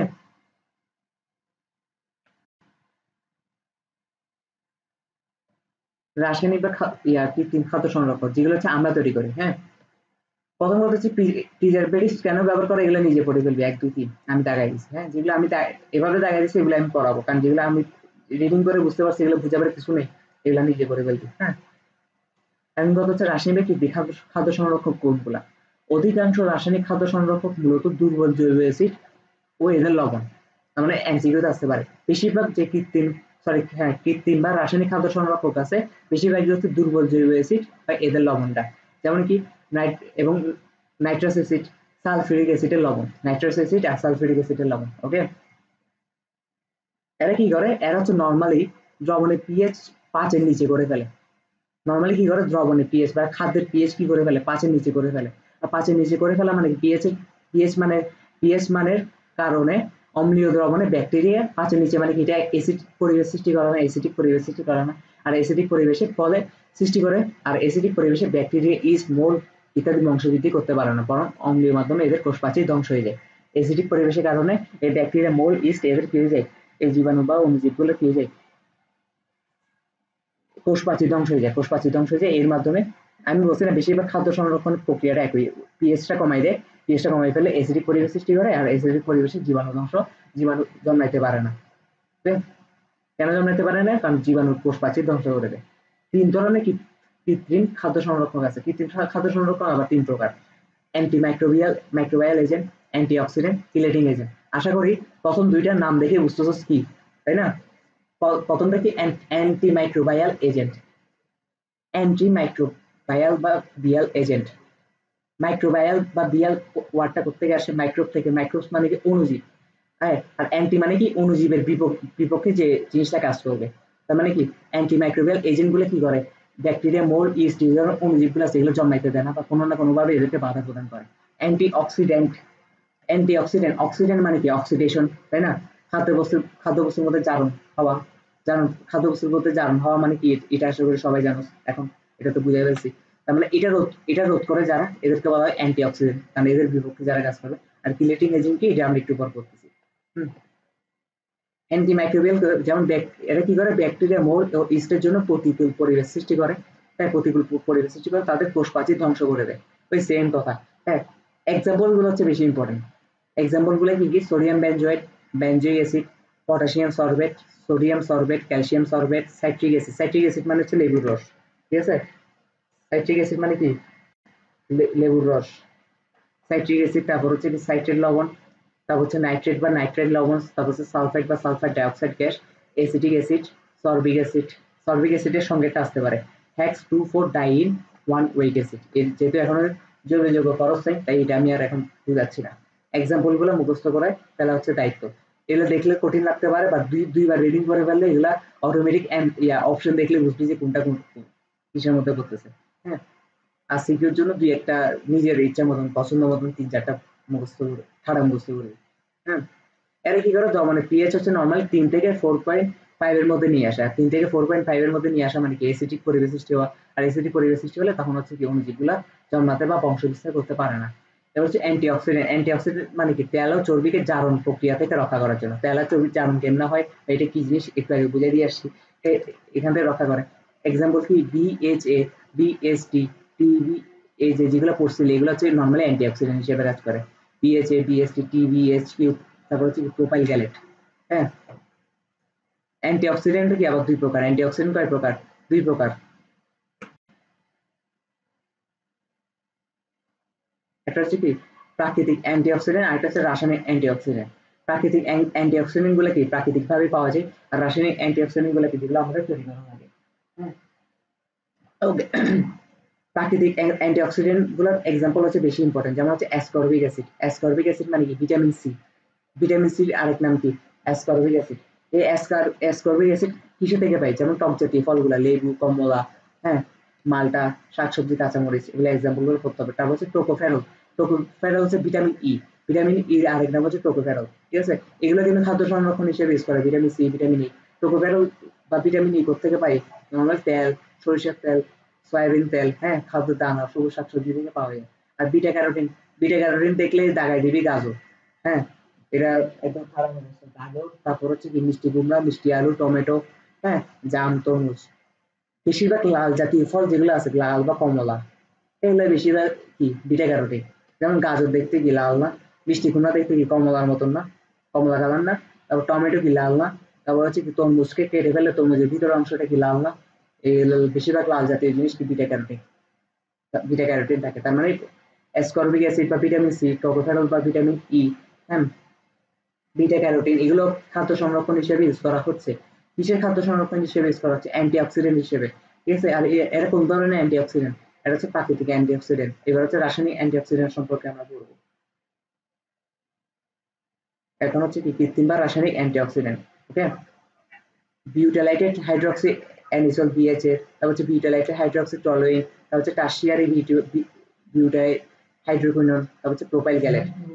এদের সংকেতগুলা কি করতে হবে? এদের সংকেতগুলো আমাদের মুখস্থ করতে হবে। ঠিক আছে, দেখতে কঠিন লাগতে পারে কিন্তু সবগুলো সংকেত থেকে একটা প্যাটার্ন ফলো করতেছে, ঠিক না? মাঝখানে বেঞ্জিন, মাঝখানে বেঞ্জিন, মাঝখানে বেঞ্জিন, আর উপরে শুধু উপরে ওএইচ আছে, এখানে ওএইচ আছে, এখানে ওএইচ আছে, এখানে ওএইচ আছে। শুধু চেঞ্জ হচ্ছে এই সাইডেরটা। এই সাইডের এটা, এই সাইডেরটা তিনোটাতে আবার সেম, এই পাশেরটা দেখছো তিনোটাতে সেম। তো এগুলা নিজের মতন করে নিজের ট্রিক খাটে মুখস্থ করতে হবে। ঠিক আছে, এখানে কোনো ট্রিক নেই। হঠাৎ করে আসতে পারে যে বিএসটি সংকেত লাগো, বিএইচ এর সংকেত লিখো। আর না আসলেও তুই যদি যখন সিভিউতে লিখবি নিজে থেকে যখন তুই একটা সংকেত লিখে দিবি, এতে ছাত্র ফুল নাম্বার দিতে বাধ্য, তাই না? এবার হচ্ছে কি chelating agent. Chelating agent normally কি করে? কিছু ইয়া আছে না, অবস্থান্তর ধাতু আছে না, অবস্থান্তর ধাতু মানে কি আমরা কোন মৌলের পর্যায়ে পড়ে আসছি, যেমন আয়রন, হ্যাঁ, আয়রন 2+, আয়রন 3+, হ্যাঁ, তারপর হচ্ছে কি কোবাল্ট 3+, কপার 2+, এগুলো হচ্ছে নর্মালি কি অবস্থান্তর ধাতু, ডি ব্লক মৌল, তাই না? এরা নর্মালি কি করে? যেসব রাসায়নিক পদার্থ খাদ্য দ্রব্যের ভিতরে অবস্থান থাকে। আচ্ছা, এই এই অবস্থান ধাতুগুলো নর্মালি হচ্ছে কি ক্ষতি করে, নানানভাবে ক্ষতি করে। কেমনে কেমনে ক্ষতি করে? যেমন খাদ্যের বিদ্যমান যে কপারটা আছে, কপার 2+, এটা নর্মালি কি করে? অ্যাসকর্বিক অ্যাসিড মানে vitamin C, vitamin E, thiamine, thiamine মানে হচ্ছে ভিটামিন বি 1, হ্যাঁ, thiamine, folic acid, folic acid হচ্ছে ভিটামিন বি 9, হ্যাঁ, প্রভৃতিকে বিনষ্ট করে ফেলে এই কপার 2+, এই অবস্থান্তর ধাতুগুলা। হ্যাঁ, কপার 2+ কি করে? এবং আয়রন 3+, এবার এগুলো হচ্ছে কপার 2+ এর কাজ। কোনগুলা? অ্যাসকর্বিক অ্যাসিড, ভিটামিন ই, তারপর থায়ামিন, ফলিক অ্যাসিড, এগুলোকে বিনষ্ট করা হচ্ছে কপার 2+ এর কাজ। আবার কপার 2+ আর আয়রন 3+ কি করে? উভয় চর্বিতে বিদ্যমান, চর্বির মধ্যে যে ভিটামিন এ থাকে এগুলোকে বিনষ্ট করে ফেলে, খাদ্য বস্তুকে বিভিন্ন করে। এখন তার মানে কিলেটিং এজেন্টের কাজ কি? কিলেটিং এজেন্ট কি করে? কিলেটিং এজেন্ট হচ্ছে যে এই যে অবস্থান্তর ধাতুগুলো আছে না, কিলেটিং এজেন্ট কি, এজেন্টগুলো কি করে? এই অবস্থান্তর ধাতুগুলোর সাথে মিশে আরেকটা ধাতু তৈরি করে ফেলে, ফলে অবস্থান্তর ধাতুগুলো আর কাজ করতে পারে না। হ্যাঁ, ওদের ইয়াটা নষ্ট করে দেয়, কাজ করার ক্ষমতাটা নষ্ট করে দেয়, ফলে ওই দুর্ঘটনাগুলো ঘটে না। ঠিক আছে, এই যে কিলেটিং এজেন্ট ব্যবহার করে খাদ্যের মধ্যে বিদ্যমান অবস্থান মৌলের আয়নের সাথে সন্নিবেশ বন্ধনের মাধ্যমে যুক্ত হয়ে জটিল যৌগ গঠন করে। এতে তাদের প্রবহন ক্ষমতা বিনষ্ট হয়ে যায়, ফলে প্রয়োজনীয় ভিটামিন নষ্ট হয় না। কারণ ওরা তো আর ওরা নাই, ওরা বিক্রিয়া করে ফেলছে, কিন্তু এই কিলেটিং এজেন্টের সাথে বিক্রিয়া করে অন্য কিছু তৈরি করে ফেলছে। হ্যাঁ, ফলে ওরা আর ওদের মতন কাজ করতে পারে না। এখন এক্সাম্পল লাগবে না? এক্সাম্পল কি? এক্সাম্পল হচ্ছে ইডিটিএ। ইডিটিএ হচ্ছে সব থেকে বেশি ইউজ করা হয়, আর সাইট্রিক অ্যাসিড, অ্যাসকর্বিক অ্যাসিড, তারপর হচ্ছে কি এটা কি পলিফসফেট প্রভৃতি কিলেটিং এজেন্ট। ঠিক আছে, তাহলে কিলেটিং এজেন্টের সব থেকে বেশি ইউজ করা হচ্ছে ইডিটিএ। ঠিক আছে, আর ইউজ করা হচ্ছে citric acid, ascorbic acid, polyphosphate প্রভৃতি। কয়েকটা কিলেটিং এজেন্টের সংকেত মুখস্থ করতে পারবে, বিশেষ করে ইডিটি এটা, বিশেষ করে কি, বিশেষ করে হচ্ছে ইডিটি এটা মুখস্থ করে ফেলতে হবে। আশা করি পারবি। তারপর ইথিলিন অক্সাইড, আমি যেগুলো লাগাইছি এগুলো সবগুলো একটা প্যাটার্ন আছে, প্যাটার্ন গুলো ফলো করে মুখস্থ করে ফেলা কোনো ব্যাপার না।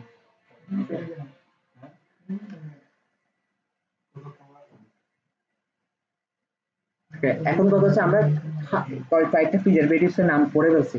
এবং এই প্রিজারভেটিভস গুলো কিভাবে কাজ করে, হ্যাঁ, ওদের মানে কাজ করার মেকানিজমটা কি, এটা নিয়ে আমরা এখন জানবো। এগুলো কঠিন না, এগুলো তুই একবার পড়লে মুখস্থ হয়ে যাবে। যেমন বেনজোইক অ্যাসিড আর বেনজয়েটের নামটা আশা করি শুনছি আমরা একটু আগে পড়ে আসছি, প্রিজারভেটিভ ইউজ করা হচ্ছে। ফলে এটা কিভাবে কাজ করে প্রিজারভেটিভস হিসেবে ইউজ করার সাথে, হ্যাঁ, জ্যাম, জেলি, কার্বনের ব্যবহারে চিপস, চানাচুর, ফলের রস, এগুলো নর্মালি পড়া লাগবে না, এগুলো সবগুলোতে দেখবি সেমই আসতেছে ঘুরে ফিরে। হ্যাঁ, কোথায় ইউজ করা হচ্ছে এটা না। এমসিকিউর জন্য বেশি ইম্পর্টেন্ট, এটা খাদ্যে 0.1% বা এর চেয়ে কম ইউজ করা হয়। 0.1%, কারণ আমরা কি জানি প্রিজারভেটিভ ইউজ করা ভালো, কিন্তু পরিমিত পরিমাণে। এটা বেশি ইউজ করলেও লস, কম ইউজ করলেও লস। তাহলে এটা ইউজ করতে হবে কত, 0.1% বা এর চেয়ে কম। সোডিয়াম বেনজোয়েট খাদ্যের মধ্যে দ্রবীভূত হয়ে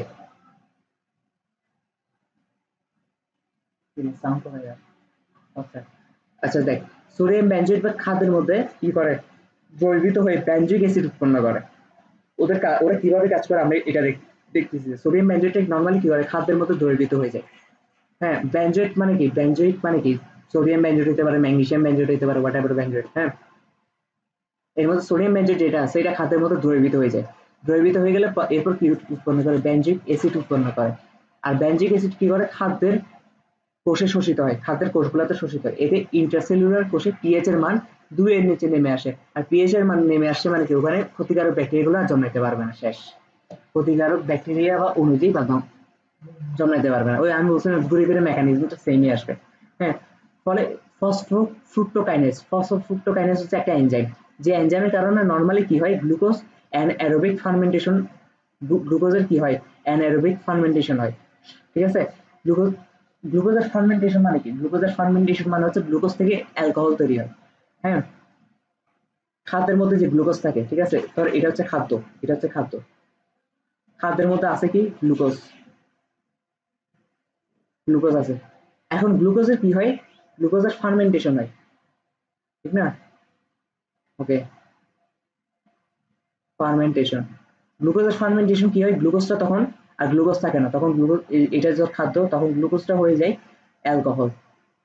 হ্যাঁ, তাহলে এটা আমাদের জন্য অবশ্যই ক্ষতিকারক, অ্যালকোহল হয়ে যায় ক্ষতিকারক, তাই না? তাহলে এটা রোধ করতে হবে। আর এই প্রক্রিয়াটা হয় কার কারণে, এই প্রক্রিয়াটা হয় ফসফোফ্রুক্টোকাইনেজ এনজাইমের কারণে। ফসফো, আমি আর লিখতেছি না বরাবর, ফসফোফ্রুক্টোকাইনেজ এনজাইমের কারণে হয়। হ্যাঁ, ফসফোফ্রুক্টোকাইনেজ এনজাইমের কারণে এটা হয়। এটাকে রোধ করার জন্য আমাদের কি করতে হবে, সোডিয়াম বেনজোয়েট ইউজ করতে হবে। সোডিয়াম বেনজোয়েট কি করে, সোডিয়াম বেনজোয়েট হচ্ছে খাদ্যের মধ্যে বেনজোইক অ্যাসিড তৈরি করে। আর বেনজোইক অ্যাসিডটাকে এক ধরনের অ্যাসিড, আর অ্যাসিড তৈরি করার কারণে খাদ্যের মধ্যে অ্যাসিড বেড়ে যাচ্ছে। হ্যাঁ, খাদ্যের মধ্যে অ্যাসিড বেড়ে যাচ্ছে। আচ্ছা, এখানে আরেকটা কথা আমি বলে দিই, এই যে ফসফোফ্রুক্টোকাইনেজ এনজাইমের কারণে গ্লুকোজের ফার্মেন্টেশন হয়, এখানে একটা এখানে ইস্ট হেল্প করে, এই কাজটাতে কি হেল্প করে, ইস্ট হেল্প করে। হ্যাঁ, এখন যখন কি হয়, বেনজোইক অ্যাসিড উৎপন্ন হয়, তখন অ্যাসিড পরিবেশ সৃষ্টি হয় খাদ্যের মধ্যে, আর অ্যাসিড পরিবেশ সৃষ্টি হওয়ার কারণে ওখানে ইস্টটা বাঁচতে পারে না। আর ইস্ট বাঁচতে না পারলে এই ফুল প্রসেসটা আর হয় না, ফলে অ্যালকোহলও আর উৎপন্ন হচ্ছে না, যেটা আমাদের জন্য ক্ষতিকারক। ওকে, এই যে প্রায় 95% কমায় দেয় এই বিক্রিয়াটা, প্রায় 95% কমায় দেয় এই যে গ্লুকোজ থেকে যে কি অ্যালকোহল উৎপন্ন হওয়া। হ্যাঁ, এটি ইস্ট কোষের কোষ প্রাচীর। এই যে আমি যা লিখছি, যা বলছি এটাই। ইস্টের কোষ প্রাচীর ব্যাপক ক্ষতি সাধন করে। আমরা কি জানি এসিড পরিবেশ সৃষ্টি হওয়া মানে কি? অণুজীবগুলোর কোষ প্রাচীরে ক্ষতি ক্ষতি করবে, তাই না? কোষ প্রাচীরগুলো ধ্বংস করে ফেলে। এর ফলে তো আর অণুজীব জন্মাইতে পারে না বা বংশবৃদ্ধি করতে পারে না। তারপর আরেক ধরনের প্রিজারভেটিভ প্রসেস, সেটা হচ্ছে প্রোপানয়েড। ঠিক আছে? প্রোপানয়েড কি করে? মোল্ড জন্মাতে প্রতিবন্ধকতা সৃষ্টি করে। যে লাইনগুলো দেখা যাচ্ছে সেগুলো এমসিকিউর জন্য ইম্পর্টেন্ট, সিকিউর জন্য ইম্পর্টেন্ট। ঠিক আছে? এগুলো কোথায় ইউজ করে? পাউরুটি পানি সংরক্ষণে এটা রিলাইজ করে। এগুলো নিজে পড়ে নিম্ন পিএইচ মানের খাদ্যে এটি ভালো কাজ করে। ঠিক আছে? এটাও খাদ্যে 0.1% হারে প্রোপানয়েড ব্যবহার করা হয়। যেমন হচ্ছে ক্যালসিয়াম প্রোপানয়েড। ক্যালসিয়াম প্রোপানয়েডের সংকেতটা মুখস্থ করবি, CH3 CH2 COO whole square whole 2 আর হচ্ছে ক্যালসিয়াম। ঠিক আছে? যুক্ত পরিবেশে অণুজীব বাঁচতে পারে না। কেন বাঁচতে পারে না? কারণ হচ্ছে কি, এটাও খাদ্যের মধ্যে অ্যাসিড পরিবেশ সৃষ্টি করে, সেই জন্য। শেষ। এর অনুমোদিত মাত্রা হচ্ছে যে 0.1 থেকে 0.3 ppm। ঠিক আছে? তার মানে 0.1 থেকে 0.3 ppm ইউজ করতে হবে, মানে 0.1% হারে আর কি। হ্যাঁ,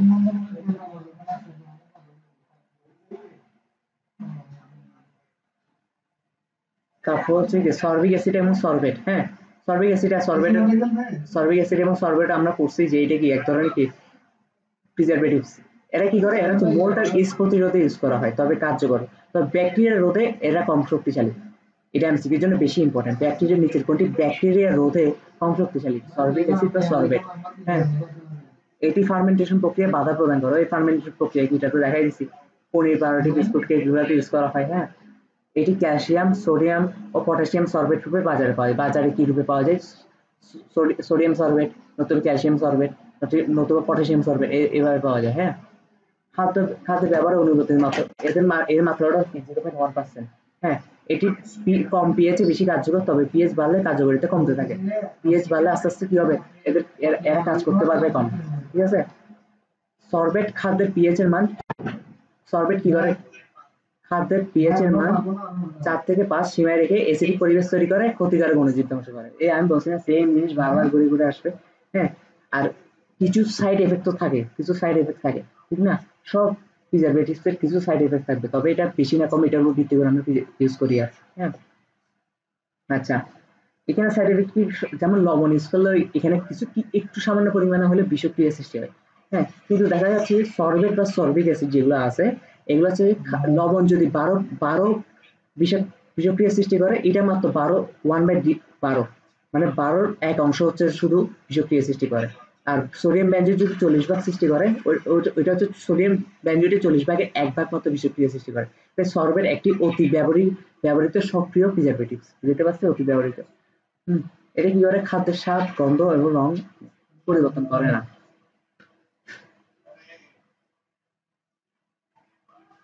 আচ্ছা, জৈব অ্যাসিড নিয়ে কিছু বলা নেই এখানে, তাই এটা নিজে নিজে পড়ে ফেলবি। আবার কি এলো? হ্যাঁ, জৈব অ্যাসিড নিয়ে এখানে বেশি কিছু বলা নেই। হ্যাঁ, এবার হচ্ছে অ্যাসিটিক অ্যাসিড। অ্যাসিটিক অ্যাসিড মানে কি? ভিনেগার। কারণ ভিনেগারের মধ্যে অ্যাসিটিক অ্যাসিড পাওয়া যায়। অ্যাসিটিক অ্যাসিডের সংকেত কি? ভিনেগারের মধ্যে যে CH3COOH, এটা হচ্ছে অ্যাসিটিক অ্যাসিডের সংকেত। ভিনেগারের মধ্যে 5 থেকে 10% এই অ্যাসিডটা থাকে বলে ভিনেগারকে অ্যাসিটিক অ্যাসিড বলা হয়। বুঝতে পারছি? এই যে ভিনেগার, ভিনেগারে 5 থেকে 10% অ্যাসিটিক অ্যাসিড থাকে। ভিনেগার খাদ্যের পিএইচ কমাতে ভূমিকা রাখে। ব্যাকটেরিয়া ও ইস্টের বিরুদ্ধে এটি প্রতিরোধ করে তোলে, ধ্বংস করে। শেষ। এবার হচ্ছে নাইট্রাইট, আরেকটা হচ্ছে নাইট্রেট। মাংসজাত দ্রব্য সংরক্ষণে পটাশিয়াম নাইট্রেট আর পটাশিয়াম নাইট্রাইট, সোডিয়াম নাইট্রেট ও সোডিয়াম নাইট্রেটের মিশ্রণ ব্যবহার করা হয়। এটি অণুজীবের কোষ মেমব্রেন নষ্ট করে দেয়, ওই আবার অণুজীবের কোষ প্রাচীর ধ্বংস করে দিচ্ছে। এই কারণে কোষ প্রাচীর জন্মাতে পারতেছে না। তবে এরপর লাইনটা একটু বেশি ইম্পর্টেন্ট, বেশি মানে বেশি, এমসিকিউর জন্য। এরপর লাইনটা কি ভাইয়া? এরপর লাইনটা বলতেছে যে এভাবে ওরা খাদ্য পচন রোধ করে। আচ্ছা, এটা মানলাম।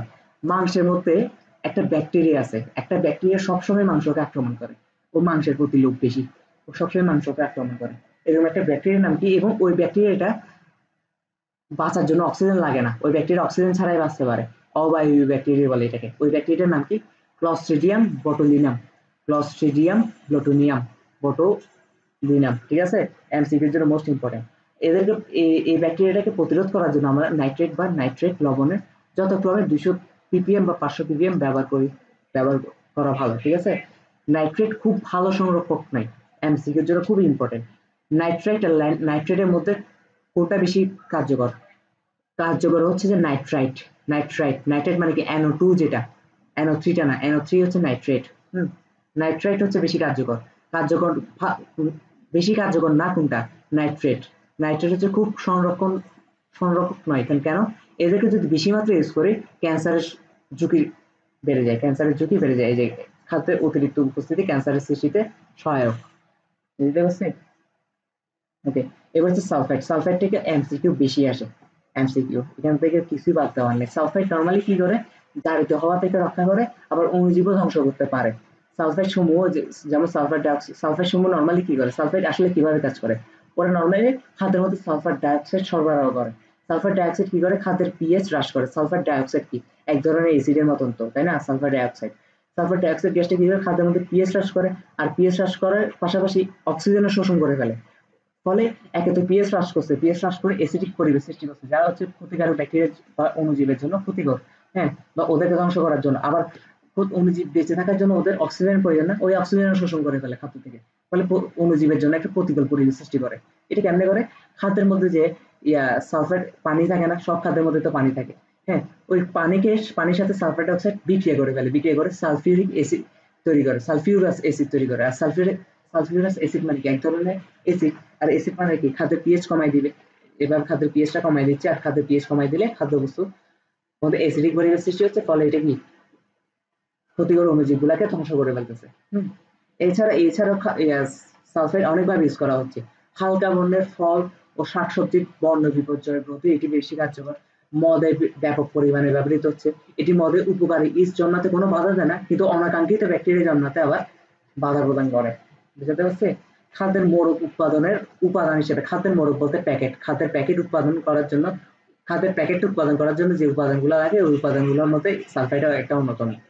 তবে ভিটামিন বি সমৃদ্ধ খাদ্যে সালফাইড ব্যবহার নিষিদ্ধ। কেন?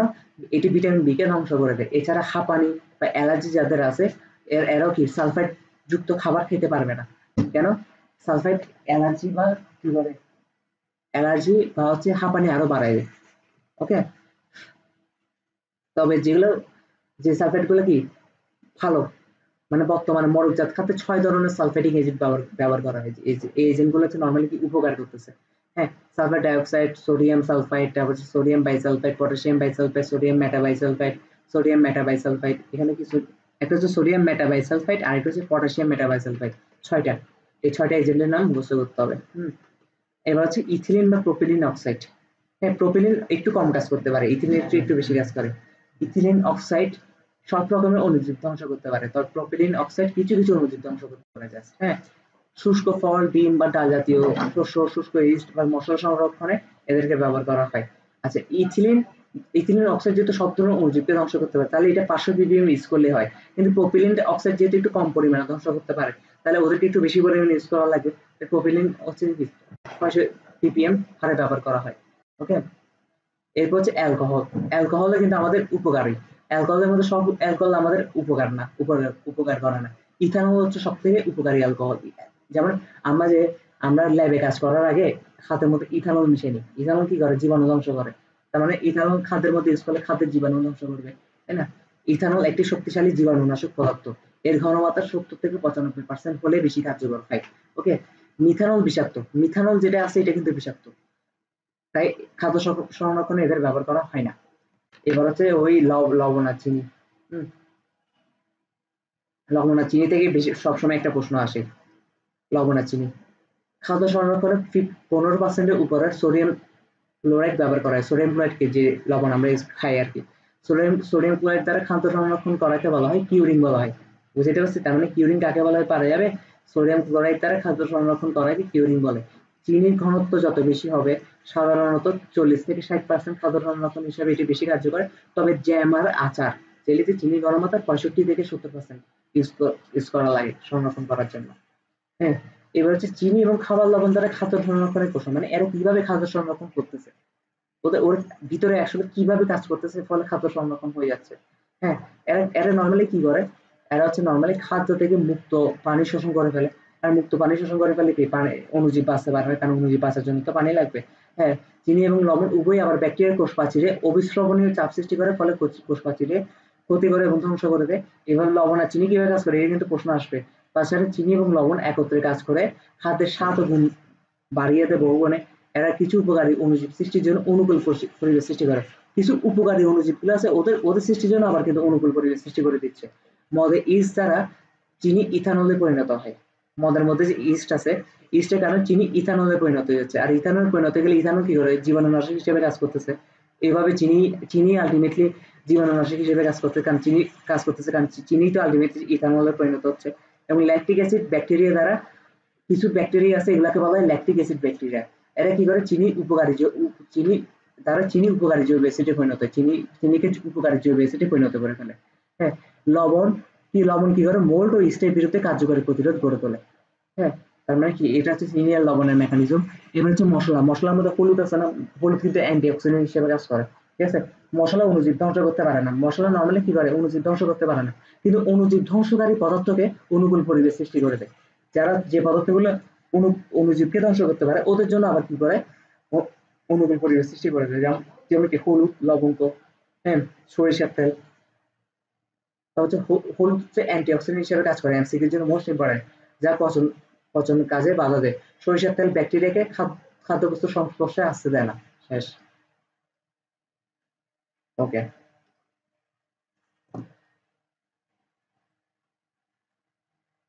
এবার হচ্ছে কি, খাদ্যে উৎপন্ন সংরক্ষক। খাদ্য উৎপন্ন সংরক্ষক বলতে কি জানো, ধর এটা একটা খাদ্য হয়ে গেল, ধর এটা একটা খাদ্য, এটা কি, এটা হচ্ছে একটা খাদ্য। এই খাদ্যের নিজের মধ্যে এমন কিছু একটা উৎপন্ন হবে, ও এই খাদ্যের নিজের মতো অটোমেটিক কিছু একটা উৎপন্ন হবে, যেটা হচ্ছে আবার কি সংরক্ষক হিসেবে কাজ করবে। এটাই প্রিজারভেটিভস হিসেবে কাজ করে। এই প্রিজারভেটিভস কিন্তু আমরা বাইরে থেকে দিই নাই, আমরা প্রাকৃতিক প্রিজারভেটিভস ইউজ করি নাই, আমরা কি বলে কৃত্রিম প্রিজারভেটিভস ইউজ করি নাই। এই প্রিজারভেটিভস গুলো খাদ্য নিজের মধ্যে উৎপন্ন হয়ে গেছে। এই খাদ্য নিজের মধ্যে উৎপন্ন হয়ে গেলে ক্ষতিকারক ব্যাকটেরিয়া গুলাকে কি করতেছে, ধ্বংস করে ফেলতেছে। ঠিক আছে, ক্ষতিকারক ব্যাকটেরিয়া গুলাকে কি করতেছে, ধ্বংস করে ফেলতেছে। বুঝতে পারছি? ওকে, যেমন কি দুধের মধ্যে অটোমেটিক ল্যাকটিক অ্যাসিড উৎপন্ন হয়, আর ল্যাকটিক অ্যাসিড ও চিনিতে ইথানল উৎপন্ন হয়ে খাদ্য সংরক্ষক হিসেবে কাজ করে।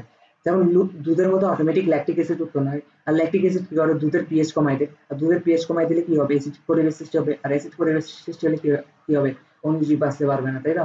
আর চিনিতে অটোমেটিক ইথানল উৎপন্ন হয়, আর ইথানল মানে কি, জীবাণুনাশক, খাদ্যবস্তু সংরক্ষক হিসেবে কাজ করে। ল্যাকটিক অ্যাসিড খাদ্যের পিএইচ কমিয়ে ক্ষতিকারক অণুজীবের প্রতিরোধ। আমি বলছি ঘুরে ফিরে সেম কথাই, পিএইচটা কমাই দেয়, অ্যাসিড পরিবেশ সৃষ্টি করে, অণুজীব বাঁচতে পারে না। শেষ।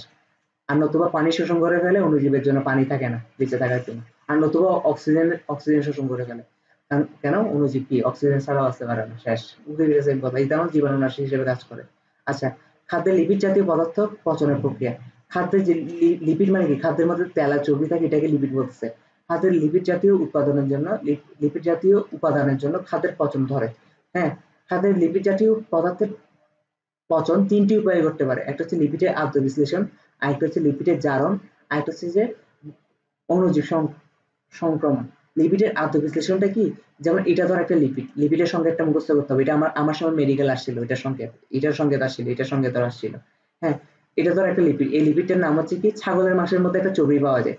আমি বলছি না লিপিড মানে কি, চর্বি বা তেল জাতীয় জিনিস। ঠিক আছে, ছাগলের মাংসের মধ্যে এক ধরনের চর্বি পাওয়া যায়, এটাকে বলা হয় গ্লিসারল স্টিয়ারেট। এটাকে বলা হয় কি, গ্লিসারল স্টিয়ারেট। এই গ্লিসারল স্টিয়ারেট যখন পানির সাথে বিক্রিয়া করে, তখন হচ্ছে গ্লিসারিন উৎপন্ন হয়, আর স্টিয়ারিক অ্যাসিড উৎপন্ন হয়। আর গ্লিসারিন আর স্টিয়ারিক অ্যাসিড কি, এক ধরনের ক্ষতিকারক জিনিস, যেগুলো খাইলে আমাদের ক্ষতি হয়। তার মানে কি, লিপিডের আদ্য বিশ্লেষণের কারণে লিপিডের পচন হয়। আদ্য বিশ্লেষণ মানে কি, আদ্য বিশ্লেষণ হচ্ছে পানিযুক্ত হওয়া, তাই না? আদ্য বিশ্লেষণ মানে কি, পানিযুক্ত হওয়া। এই যে লিপিডের সাথে পানি যুক্ত হয়েছে, আর পানি যুক্ত হয়ে যাওয়ার কারণে ক্ষতিকারক জিনিস তৈরি হচ্ছে, গ্লিসারিন আর স্টিয়ারিক অ্যাসিড। এটা কিন্তু সংকেত মাছ মুখস্থ করতে হবে। এর মাধ্যমে কি, লিপিডে আদ্য বিশ্লেষণের কারণে লিপিড পচন করতে পারে। আরেকটা হচ্ছে কি, লিপিডের জারণ। লিপিডের জারণ মানে কি, ওই যে প্রথমে যেটা দেখাই দিয়ে আসছি, কোনটা দেখাই দিয়ে আসছি দেখি যে বলতো, এই যে লিপিডের জারণ মানে কি, জারণ মানে অক্সিডেশন, তাই না? দেখাইনি আমি, দেখাইছি তো অবশ্যই।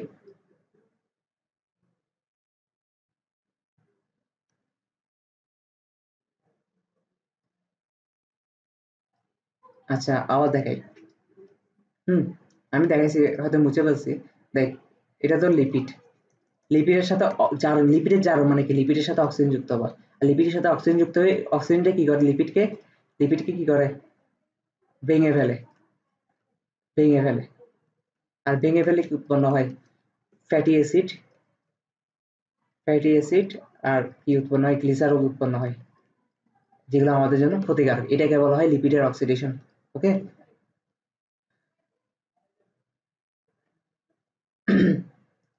তাহলে কি বলতেছে, এটি অক্সিজেন ফ্যাটি অ্যাসিডের কার্বন শিকলের দ্বিবন্ধনযুক্ত শিকল ভেঙে, মানে মেইনলি আমি যেটা বলছি এটা বললেও হবে, ঠিক আছে, এটা ছাড়া এত এত কিছু লেখার দরকার নেই। কি করে, সেগুলোর মধ্যে লিপিড লিপিড ভেঙে ফেলে। আচ্ছা, লিপিড কেমনে ভাঙে এটাও আসতে পারে, ঠিক আছে।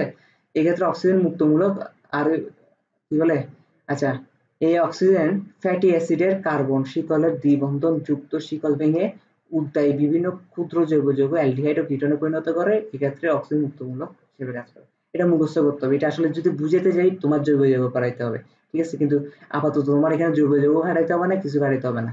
আমি যে প্রসেসটা লিখে দিচ্ছি এটা লিখে দিলে হবে, আর নতুবা এটা হচ্ছে একটু মুখস্থ করতে হবে কথাটা, ঠিক আছে। আর অণুজীব সংক্রমণ, অণুজীব সংক্রমণ হলে কি হতে পারে, যেমন হচ্ছে মাংসে প্রাকৃতিকভাবে কিছু জীবাণু থাকে, হ্যাঁ, এরাও কি লিপিডের ক্ষতি করতে পারে। প্যাকেটজাত মাংসে অবায়বীয় ব্যাকটেরিয়া যে ক্লস্ট্রিডিয়াম বোটুলিনিয়াম বেড়ে ওঠে এবং বংশ বিস্তার করে। মাংসে ক্ষারকীয় উপাদান পানি, অক্সিজেন, এরা নর্মালি বেড়ে ওঠে কেন, এরা নর্মালি মাংসের মধ্যে কেন বেড়ে ওঠে, হ্যাঁ, ক্লস্ট্রিডিয়াম প্লুটোনিয়াম মাংসের মধ্যে এমন কি দেখছে, ওরা খালি মাংসে অ্যাটাক করে, কারণ মাংসের মধ্যে বেশি পরিমাণ পানি থাকে, অক্সিজেন থাকে, হ্যাঁ, দ্রুত অণুজীব তারা আক্রান্ত হয়, পচে যায়, শেষ। হ্যাঁ, আর ক্ষারকীয় উপাদান বেশি থাকে। মাংস সংরক্ষণে আমরা নর্মালি সোডিয়াম নাইট্রাইট, বিএইচএ বা বিএসটি প্রভৃতি প্রিজারভেটিভস ব্যবহার করা হয়।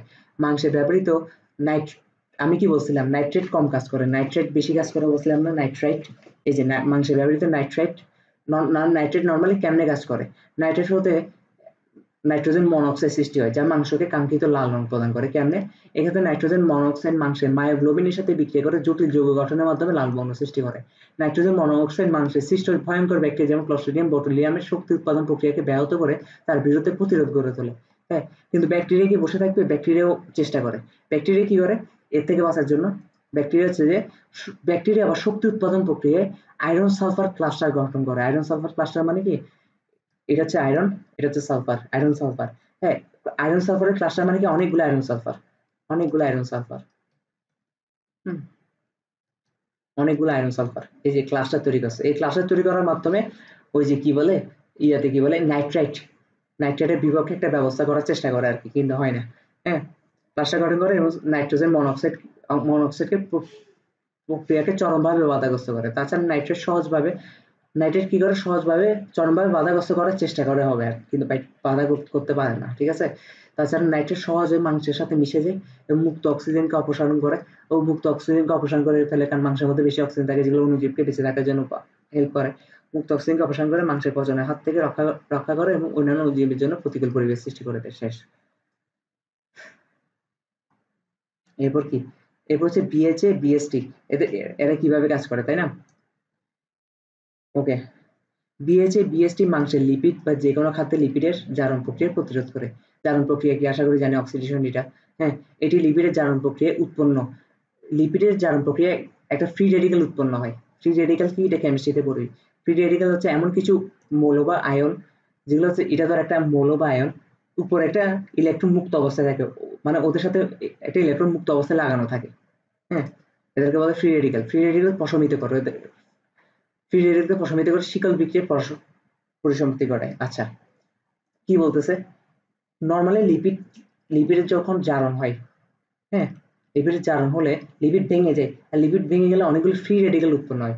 এই ফ্রি রেডিক্যাল গুলো কি হয়, একটার সাথে একটা লেগে যায়, একটার সাথে একটা লেগে যায়, এগুলো হচ্ছে ইলেকট্রন, ঠিক আছে, একটার সাথে একটা লেগে যায়, এবার সাথে একটা অনেক বড় একটা শিকল উৎপন্ন করে। এই শিকল উৎপন্ন করাটা ব্যাহত করে দেখে, এই শিকল উৎপন্নটা ব্যাহত করে দেয় এই যে বিএইচএ বিএসটি এরা, ঠিক আছে।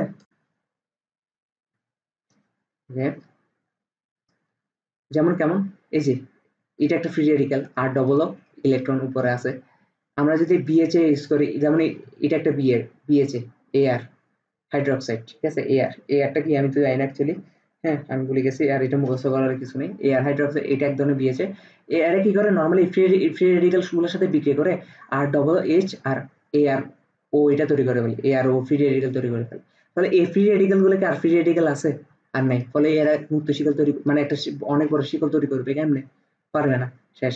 এই যে এ আর ও এইচ হচ্ছে এক ধরনের বিএসটি বা বিএইচএ, প্রতিটি বিএসটি দুইটি করে পারঅক্সাইড রেডিক্যালকে প্রশমিত করে, এটা মুখস্থ, এই লাইনটা জাস্ট মুখস্থ। প্রতিটি বিএসটি দুইটি করে পারঅক্সাইড রেডিক্যালকে প্রশমিত করে, পারঅক্সাইড রেডিক্যালকে কি করে, প্রশমিত করে।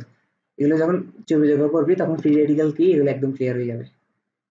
তারপর হচ্ছে কি, তারপর হচ্ছে কি তৈল ও চর্বিযুক্ত খাদ্যের সংরক্ষণে বিএচএ আর বিএসটি ব্যবহার করা হয়। খাদ্যের তৈল বা চর্বি 0.02% হিসেবে এদেরকে ব্যবহার করে, দানাদার শস্য জাতীয় খাদ্যে বিএচএ বিএসটি ব্যবহার করা হয়।